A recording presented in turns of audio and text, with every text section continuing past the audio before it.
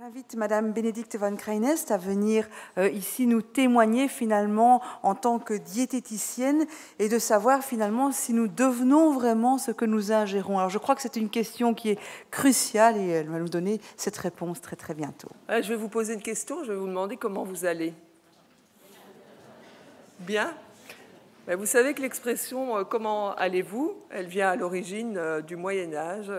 Je vais vous emmener dans un endroit où on va seul, parce que c'est un endroit où, en se penchant un petit peu sur la cuvette des toilettes, on peut déjà savoir comment on fait, comment on digère, comment nos intestins ont réagi à l'alimentation qu'on a mis dans son assiette et comment on l'a absorbée.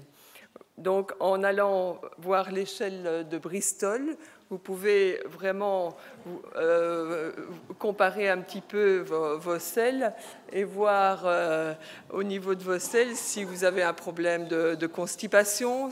Peut-être qu'il y a une forte fermentation au niveau de votre côlon. Si vous avez une diarrhée, ça sera plus une fermentation par dégradation des sucres trop rapides. Donc vous voyez que déjà la couleur, la consistance, l'odeur, je vous en dispense aujourd'hui là de l'odeur, c'est mieux, mais l'odeur aussi peut vous donner des indications et qui peuvent être vraiment très révélatrices d'un problème un petit peu plus haut. Alors, partons en voyage dans ce système digestif. Quand on avale, il n'y a pas le son. Je ne sais pas s'il y a moyen de mettre du son. Dans la bouche, la nourriture est tout d'abord mêlée à la salive qui dissout la nourriture et elle est coupée et broyée par les dents. La nourriture est ensuite amenée par la langue vers la gorge ou pharynx. Lors du réflexe de déglutition, l'épiglotte s'abaisse et le larynx est remonté afin de bloquer l'accès à la trachée. La nourriture descend le long de l'ésophage grâce à ses mouvements péristaltiques et ce jusqu'au sphincter œsophagien ou cardia pour accéder à l'estomac. La structure musculaire particulière de l'estomac lui permet de broyer la nourriture pour la mêler avec ses sécrétions, ce qui forme le chyme. Le chyme quitte l'estomac par le sphincter pylorique et entre dans le premier segment du petit intestin, c'est-à-dire le duodénum. La majeure partie de l'absorption et de la digestion se produit ici, dans le petit intestin. Sa muqueuse sécrète des enzymes qui se mêlent à celles fournies par le foie et le pancréas pour bien digérer le tout. Les parois internes du petit intestin sont formées de replis nommés villosités. Chaque villosité est formée de microvillosités et renferme un capillaire sanguin ainsi qu'un vaisseau chylifère pour absorber les nutriments digérés. Par la suite, ces nutriments sont transportés dans le sang vers toutes les cellules du corps. La nourriture non digérée quitte le jéjunum et l'iléon à travers la base iléocécale pour entrer dans le sécum du gros intestin. Le gros intestin, ou côlon, absorbe l'eau, fabrique des vitamines, produit du mucus et forme et évacue les excréments. Ces excréments sont acheminés par péristaltisme vers le rectum, ce qui active le réflexe de défécation à travers l'anus. Donc voilà, notre digestion, en fait je ne vais rien vous apprendre là maintenant, puisque avec tout ce qu'on a appris aujourd'hui, ça ne va être que le résumé et reprendre un petit peu une synthèse de tout ça. Vous savez déjà tout. Je veux juste vous faire du lien. Je voudrais bien que vous compreniez que ce que vous mettez dans votre assiette va servir comme carburant. On le comprend pour notre voiture qu'il faut mettre le bon carburant. Vous n'allez pas mettre du diesel dans une voiture à essence, vous n'allez pas mettre à l'inverse de l'essence dans une voiture diesel. Donc on comprend qu'il faut faire l'entretien. Mais notre corps, on pourrait vraiment faire le parallélisme avec notre voiture, avec la façon dont la mécanique, puisque c'est quoi une réaction chimique? C'est une réaction mécanique, une réaction enzymatique. Donc, en fait, il ne faut pas d'obstacle entre la bouche et les cuvettes des toilettes. Il faut que ça soit fluide. Donc, au niveau de notre digestion, c'est une chaîne à maillons qui fait que toutes les étapes sont réalisées et font la chaîne et que la chaîne soit complète pour que la digestion et l'absorption de vos nutriments soient correctes. dans cette paroi intestinale. Mais la paroi intestinale, elle a un rôle de barrière, elle a un rôle d'absorption des nutriments. Il faut que la muqueuse soit saine pour qu'il y ait une production d'anticorps, pour qu'on ait une très bonne immunité. C'est très important et là vient vraiment se greffer nos nutriments. C'est là que vont être absorbées toutes les substances qui vont pouvoir nous donner de l'énergie, qui vont pouvoir nous donner le bon carburant. Eh bien, il y en a qui ont bien compris comment notre microbiote et comment nos intestins fonctionnent. C'est là qu'on pourrait se poser la question de savoir ce que je mets dans mon assiette, est-ce que c'est moi qui décide? Est-ce qu'on a décidé pour moi de ce que j'allais manger et comment j'allais avoir envie de manger et comment j'allais me faire plaisir, puisque c'est souvent quand les patients viennent en consultation, quand ils me posent les questions, quand on fait le rééquilibrage alimentaire, oui, mais où c'est que je vais trouver mon plaisir? Mais le plaisir, où est-il? Est-ce que c'est vraiment uniquement par l'alimentation? Est-ce que c'est un plaisir qu'on va mettre dans son assiette qu'on a décidé, ou est-ce qu'on a décidé ce que vous devez mettre dans votre assiette pour vous? Ben, peut-être que Big Pharma, Big Food, etc. ont compris. Mais moi, je pense que oui, parce que quand vous voyez des pubs comme ceci dans des magazines, c'est tout à fait extraordinaire. On est sur une journée où on fait une relation entre la terre et l'assiette et nos aliments. Vous voyez cette pub, vous la décortiquez un petit peu, c'est tout à fait extraordinaire.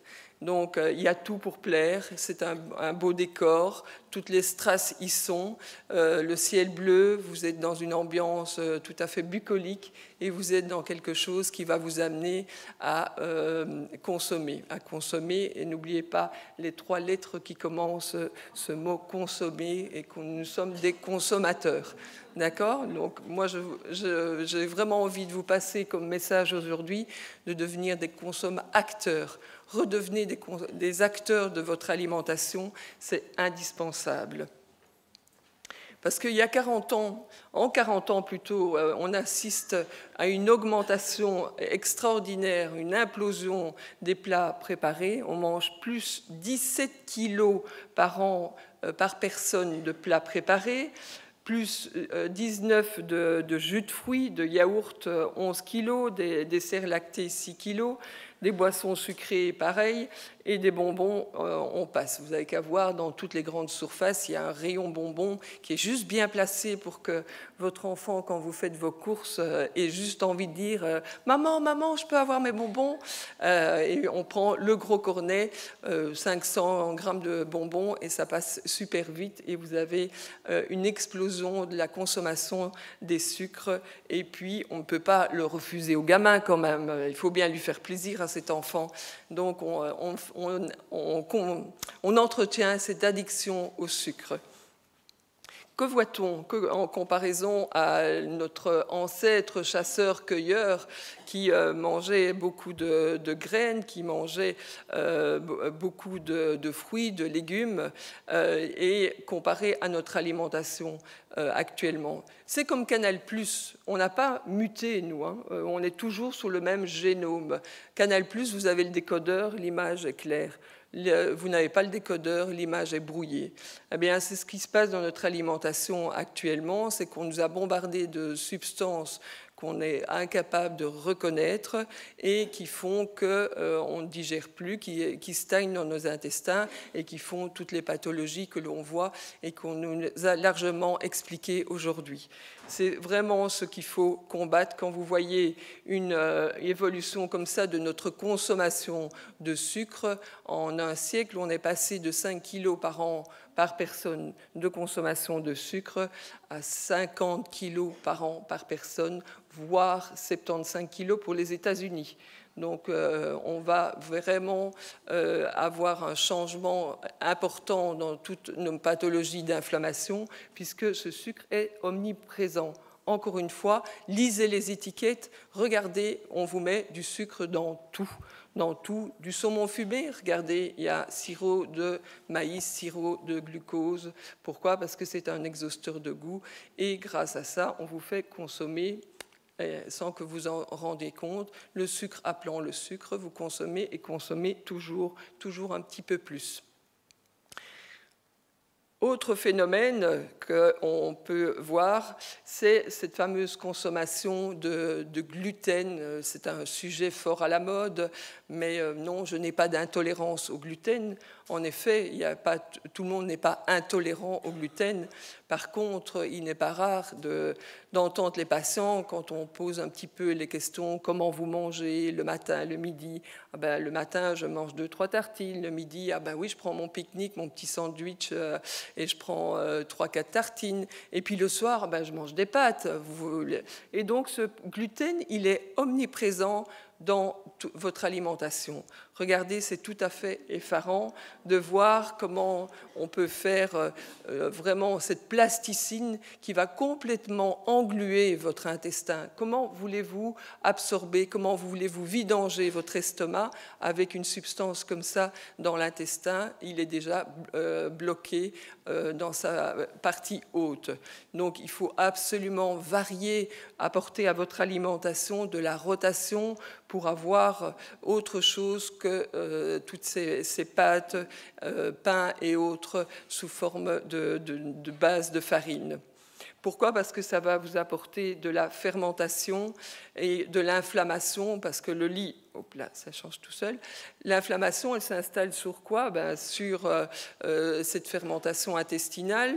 Il y a tout ce qui est métabolisme des acides gras qui va se faire difficilement. Le métabolisme glucidique, pareil. Le terrain devient acide et le tube digestif ne fonctionne plus bien. Et forcément, notre centrale d'épuration, qui est notre foie, n'en peut plus, il est gorgé de toxines. Sans oublier que le stress vient se greffer là-dedans, parce que je pense qu'on peut faire une enquête qui peut dire qu'il n'est pas stressé à l'heure actuelle. Je ne pense pas qu'il y ait grand monde qui va lever sa main pour dire qu'il n'est pas stressé.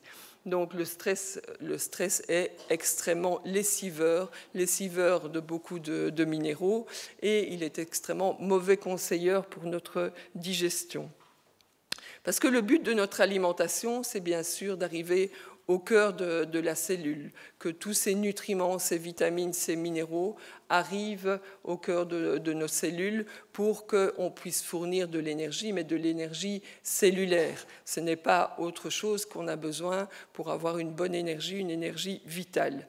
Alors oui, hop là, c'est reparti en arrière. Bon, voilà. Notre alimentation, on va composer nos menus avec des protéines, des glucides et des lipides qui vont nous apporter tout ce qu'il faut pour métaboliser en acides aminés, en acides gras, en glucose. Il y a 30 ans, quand j'ai étudié la diététique, on parlait de calories. C'était vraiment, on ne calculait que les calories. Mais nous ne sommes pas un circuit fermé, nous sommes un circuit ouvert. Donc la calorie en elle-même, oui, c'est important, mais ce n'est pas tout. Ce qui est très important, c'est de comprendre qu'on a besoin de calories pleines. On n'a pas besoin de calories vides. Une calorie vide, c'est une calorie sans vitamines, sans minéraux, sans oligo-éléments. C'est hyper important d'avoir tous ces cofacteurs pour avoir ce qu'il faut dans notre digestion, pour avoir tout ce qu'il faut pour ingérer correctement et métaboliser correctement pour nous donner une bonne énergie. Qu'est-ce que ça va devenir dans notre intestin, tout ça? Comment va-t-on digérer en prenant un aliment, en mastiquant un aliment? On a ce qu'il faut au niveau de la bouche qui va agir. Les enzymes vont commencer leur digestion déjà dans cette première étape.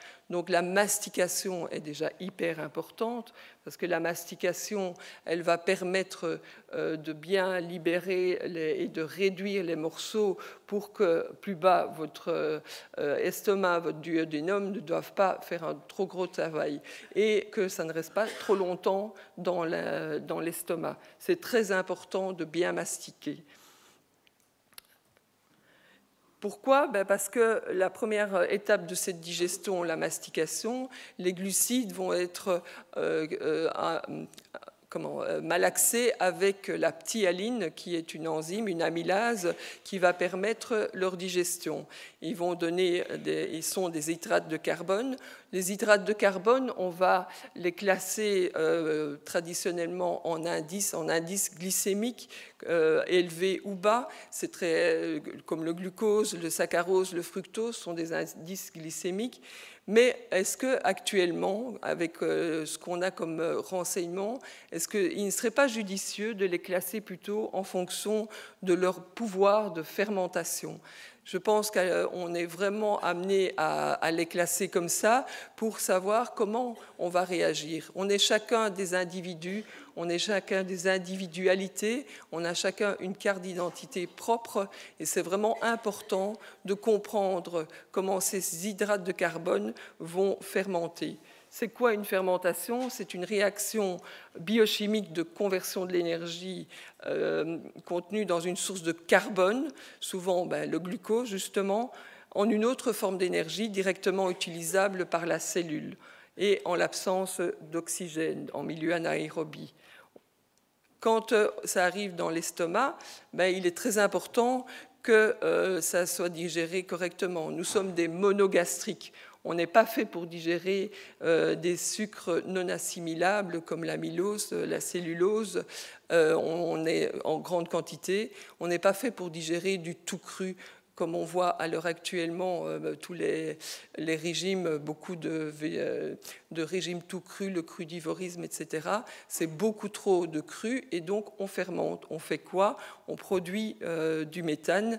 La vache, elle est adaptée à ça. C'est un ruminant qui a 4 poches pour digérer toute cette cellulose et qui va émettre du méthane. Donc, elle est beaucoup plus adaptée que nous à digérer toutes ces fibres, ces crudités. Donc, en douceur, je ne peux que vous inviter à mettre beaucoup de douceur dans votre corps et à vous respecter dans cette digestion, à apprendre à écouter votre corps pour entendre tous les messages qu'il vous donne. Quand vous avez mal, quand votre digestion se passe mal, c'est qu'il y a quelque chose qui ne va pas, soit un blocage, soit un excès de fermentation. Donc, comprendre comment tous ces fruits, ces légumes sont importants pour nous, pour éviter justement, comme la vache, d'émettre trop de méthane, que ce soit par le haut, par le bas. Et il faut comprendre ce que notre corps nous donne comme message.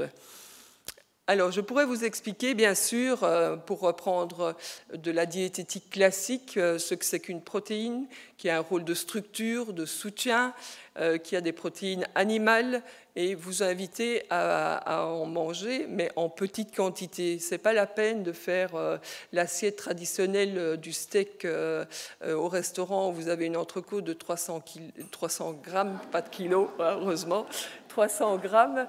Oui, déjà que c'est beaucoup. 300 grammes et avec une petite feuille de salade qui se peint en duel. Et bien sûr, nous sommes des bons Belges, on va y mettre des frites, hein, bien sûr. Tout ça va être beaucoup trop riche et beaucoup trop difficile à votre digestion. Au niveau des enzymes, on n'est pas adapté pour digérer des quantités comme ça. Les viandes du type mammifère sont aussi beaucoup plus inflammatoires qu'une volaille ou que des œufs ou que du poisson. Je ne peux que vous inviter à vous offrir de la qualité, le meilleur de ce que vous puissiez vous offrir, mais en petite quantité, c'est suffisant pour avoir tous les acides aminés, mais aussi peu de graisses saturées qui sont plus inflammatoires. Alors on va privilégier aussi et retrouver un petit peu l'utilisation qu'on a un petit peu perdue ces 50 dernières années des protéines végétales. Mais il y a autre chose que des pâtes en protéines végétales ou du blé ou de tout ce qui est dérivé du blé. Vous avez des céréales comme le riz, le quinoa, le sarrasin, le millet qui sont des céréales intéressantes et qui sont très riches en protéines et qui sont aussi sans gluten et qui sont donc anti-inflammatoires beaucoup plus qu'une céréale de blé ou d'avoine. Vous avez les légumineuses. Nos grands-parents, il y a un siècle d'ici, ils mangeaient beaucoup de lentilles et de plats à base de lentilles. Pourquoi? Parce que c'était la protéine du pauvre, comme on disait. On n'avait pas de la viande tous les jours, mais c'est aussi une protéine intéressante pour autant qu'on la prépare en amont convenablement. N'oubliez pas que votre préparation dans votre cuisine, elle est très importante pour votre digestion. Tout le temps que vous allez passer à préparer votre plat, d'abord, vous vous mettez en connexion avec votre aliment, vous préparez votre digestion, votre message au niveau du cerveau est reçu, je vais manger, je vais préparer à manger, je me prépare aussi à la digestion en amont. Tout ce que vous allez y mettre comme cœur, mais aussi comme technique pour faciliter votre digestion, va être que du bonheur pour vos cellules par la suite. Prenons l'exemple d'une huile. Une huile, je vais d'abord finir mes légumineuses. Voilà, les graines germées, comment en faisant tremper vos légumineuses par exemple, vous voyez qu'une légumineuse trempée, vous explosez la teneur en acides aminés. Donc rien que le fait de préparer, voilà, je vais manger des légumineuses d'ici 2-3 jours, oui, ça demande une organisation, c'est sûr, il faut anticiper, mais c'est important parce que quand on anticipe, on s'organise et on n'est pas dans l'imprévu de « Oh, qu'est-ce que je vais manger? J'ouvre mon frigo, oh non, zut, il n'y a rien ». Ça ne va pas parce qu'alors on va partir sur la facilité et on va manger son paquet de pâtes ou aller vite s'acheter un sandwich en passant pour vite avoir mangé quelque chose. Là, on est dans la calorie vide. Si vous prenez le temps d'anticiper, de prévoir vos repas de la semaine, vous faites tremper vos graines, vous les faites bien rincer, vous les faites germer 3-4 jours, c'est tout ce que vous allez apporter en plus à votre digestion. Vous allez exploser les enzymes du végétal et donc vous allez apporter des enzymes à votre digestion. Donc au final, vous allez être que gagnant puisque tout ça ne sera que bénéfique pour votre digestion. Tout ce qu'on met en œuvre pour apporter de la vie au niveau du végétal, ça nous apportera de la vie au niveau de la cellule. Alors, on a nos lipides. Nos lipides, ils sont importants. On a des acides gras saturés ou insaturés, des oméga 9 monoinsaturés, des oméga 6 ou des oméga 3. Vous voyez la structure d'un acide gras saturé, c'est une structure rigide. D'accord, c'est votre mode de beurre. Votre mode de beurre, elle est dure. Vous voyez bien que c'est une structure complètement rigide. Toutes les liaisons sont saturées. Une monoinsaturée, c'est une structure semi-rigide. Votre huile d'olive, vous la mettez au frigo, elle va se figer, certes moins que votre beurre, mais elle va être beaucoup moins fluide que hors du frigo.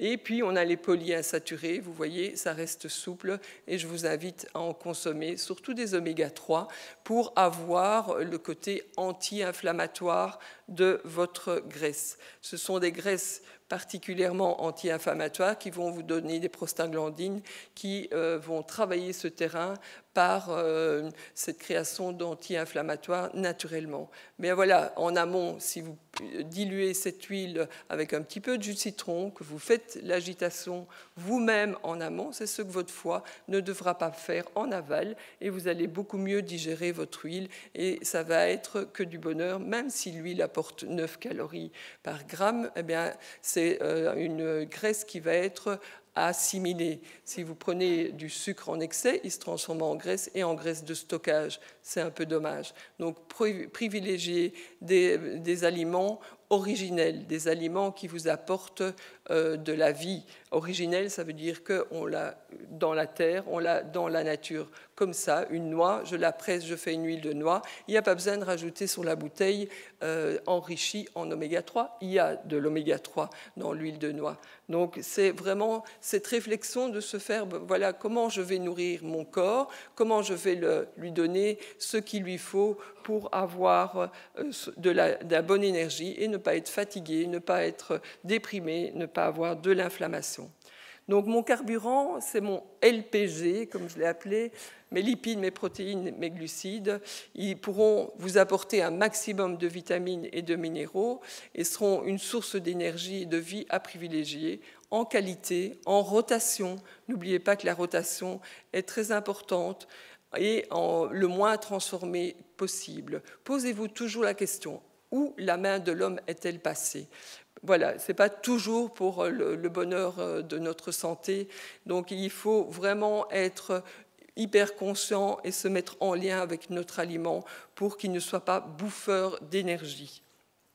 Pour avoir un maximum de protéines, de vitamines et d'antioxydants pour que notre assiette soit remplie, du potager à l'assiette. Et comme Pierre Rabhi disait, la terre est un organisme vivant qui nourrit le végétal, lequel nous nourrit à son tour. Il est certain que notre alimentation et notre santé en dépendent.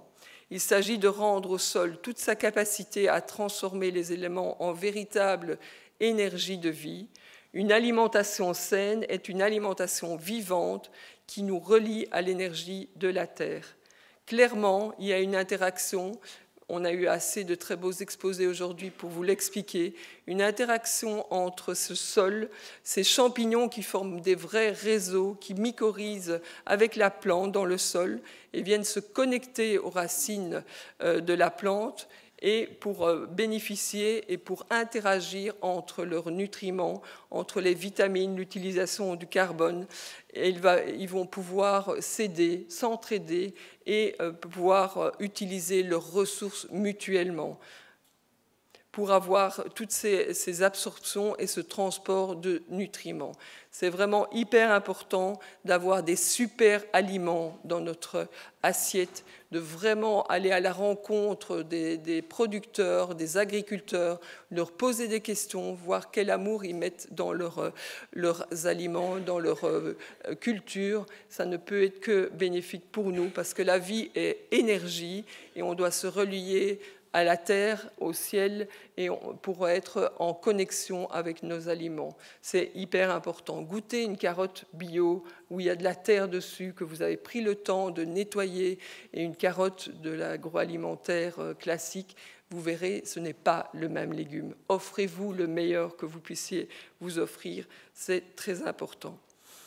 Pour que vous soyez un super aliment, un super organisme, mettez ce qu'il faut pour votre santé. Nous sommes ce que nous digérons, je pense que on a la preuve par Z, même si on nous démontre parfois le contraire. Nous sommes équilibre, nous devons faire du lien et se relier à cette terre pour que notre écosystème intestinal soit en équilibre, que notre flore intestinale soit de qualité, que notre muqueuse intestinale soit de qualité et que notre système immunitaire soit performant. Nous avons un réel pouvoir d'action.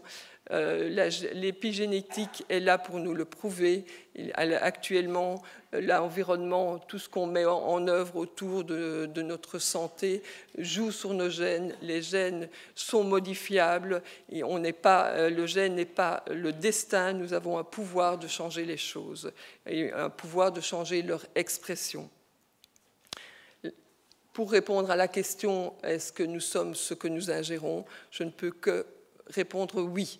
Et je vous souhaite une très bonne santé et vous remercie pour votre attention.